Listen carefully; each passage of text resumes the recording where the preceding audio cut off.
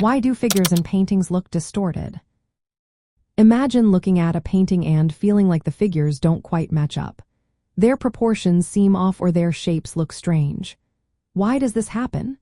Well, it all ties back to how artists have tried to show three-dimensional space on a flat surface.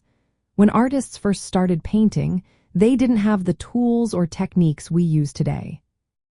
In ancient Egyptian and Mesopotamian art, figures were often drawn with exaggerated or simplified features to tell stories or show importance, not to look realistic. They used symbolic perspectives, which meant that some parts of the image were bigger or more detailed to show their significance. The big change came during the Renaissance, around the 15th century, when artists invented linear perspective.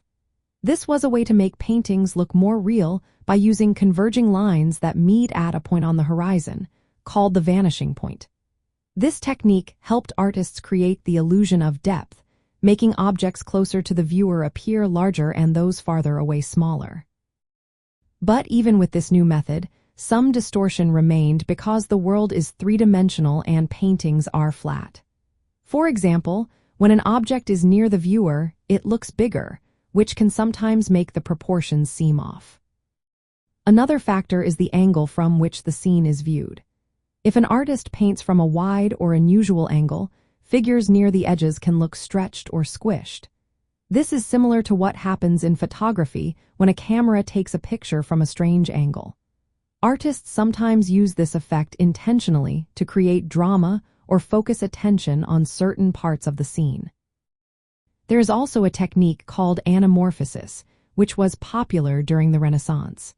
Artists would distort images so they only look correct from a specific point of view or when viewed with a special mirror or lens. This was a way to hide messages or add a playful element to the artwork. So, figures in paintings appear distorted because early artists used symbolic and simplified ways to show importance, and because representing three-dimensional space on a flat surface is tricky.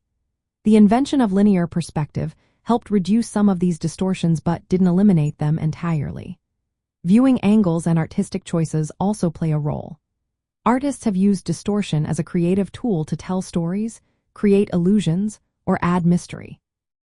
These developments show how our understanding of space, vision, and artistic technique have evolved over centuries. And that's why sometimes figures in paintings look a little off. It's all part of the journey of making images that tell stories and capture the world around us.